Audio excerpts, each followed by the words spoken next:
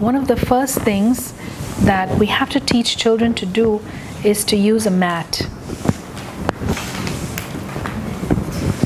When we work in Montessori, we are either using a floor mat or a table mat, depending on the material that we're using. So you've got to have a floor mat and a table mat in your homes for the children to have access to, depending on how you're set up. Okay? Why do we use a mat? It shows me that this is my space. I must stay within it. Okay? I must keep my material organized within that space. Okay? What's your name? Yardia. I want to teach you how to use unroll and roll a mat. This is the material. This is how we carry it. Can you bring it for me to the table?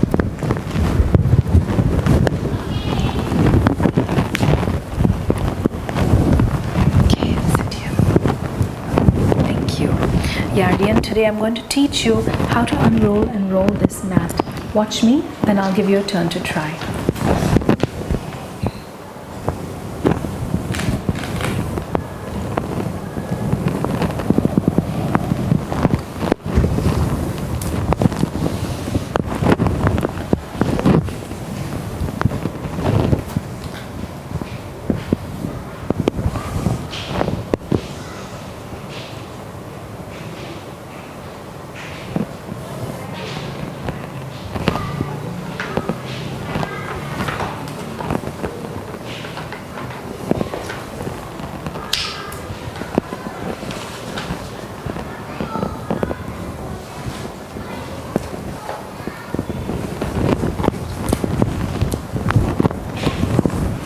Would you like to try?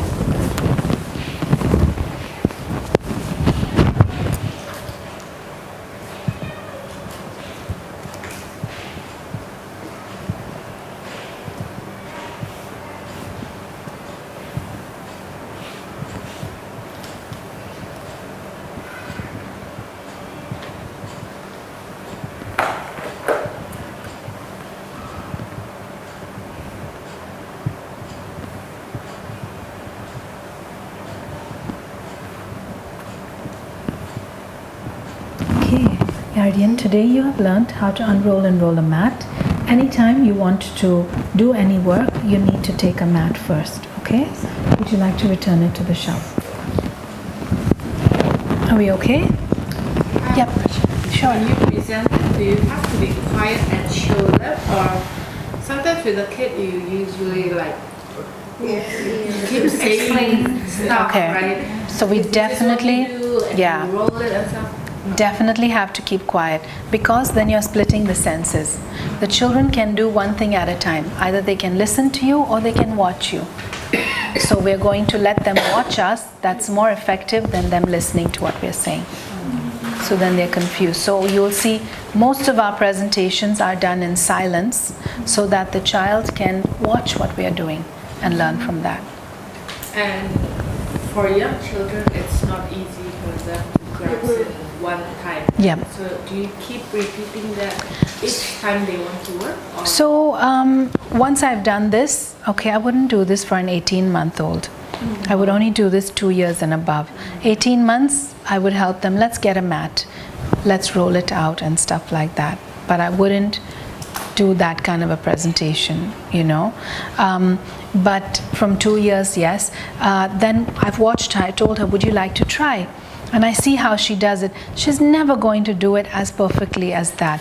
But I will watch her and see what is the effort she's applying. Is she doing it to the best of her ability? It may not be completely straight, but I can see how earnest she is, and that's fine. She doesn't have to do it perfectly. If she is the type that just do like whatever, then how do you... Would you like to try again? Should I show you again? Would you like to see it one more time? Can I show you again, or would you like to try and do it? Let's try and make it so that it's a bit neater. Can you roll it so that it's a bit neater? Oh, it's a bit loose. It's a bit messy. Can we make it a bit neater? Can we make the roll tighter? Are we okay? Any questions? So again, this presentation really depends on the kind of mat you have in your house, what you choose to buy, and you'll do it that way. All good? Okay. Yeah. I was wondering, what is the aim of rolling and enrolling the mat? What is the aim of unrolling? To use the mat, for the use of the mat. So they're learning how to use a mat. To get them become order or? Definitely for a sense of order. Okay. The first impression for them, yeah. I mean, You don't want them to roll it out like this and just throw it open, right? You want to do things in an orderly and a neat way and an organized way. so that's the main aim. The main aim is to unroll and roll a mat. That's what it is. That's why I'm teaching her. But while doing it, she will build a sense of order. She develops independence. She develops eye-hand coordination. Yeah. All okay? Any questions?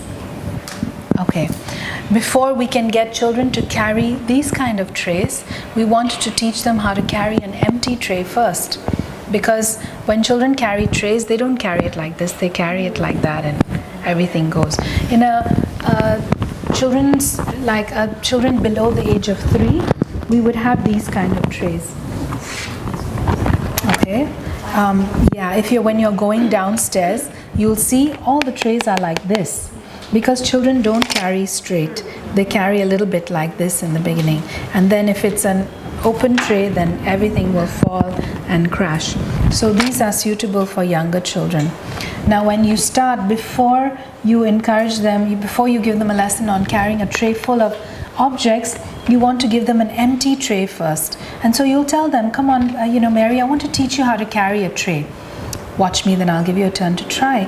And so you'll carry the empty tray and just walk. In a classroom, we walk around the circle. I don't have space here, but you can walk, okay?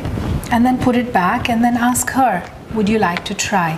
The important part is telling them, would you like to try? It's not just about watching me do something. They have to also try themselves. Okay, so would you like to try?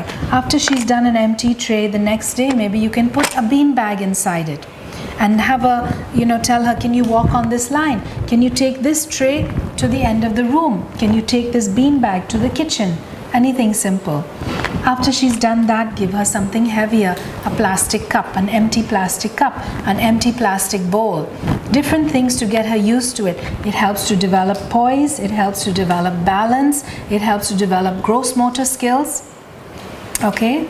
So once she's getting better with that, then you will start introducing trays that have objects in them. Are we okay? The other activities that you can do, opening and closing doors. Children don't know how to do that, right? They're banging doors and opening.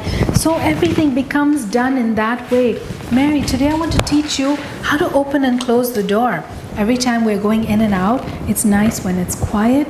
Sometimes people knock at the door and I would like you to open. So let me show you how do we open and close the door. Watch me, then I'll give you a turn to try. In the beginning, of course, they're going to think she's crazy. Why is she talking to me like this? Watch me and I'll give you a turn to try. Trust me, they get used to it in no time. Okay? And then you show them. Depending on the door you have in your house, you will do the presentation. Open the door and then close it. When we close doors, sorry, Siska, we close doors like this, okay? With our hand here and then close it.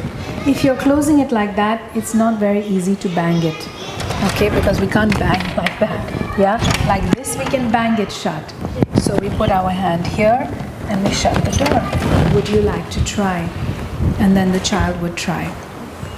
Are we okay? But again, like I said, it depends on the door in your house. Does your door open outward? Is it a revolving kind of handle or whatever? Yeah? Are we okay?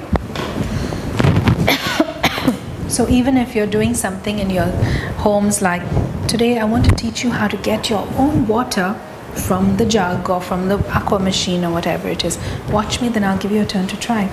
And have cups available there. Every step, take the cup, put it there, press the water down, pull it out.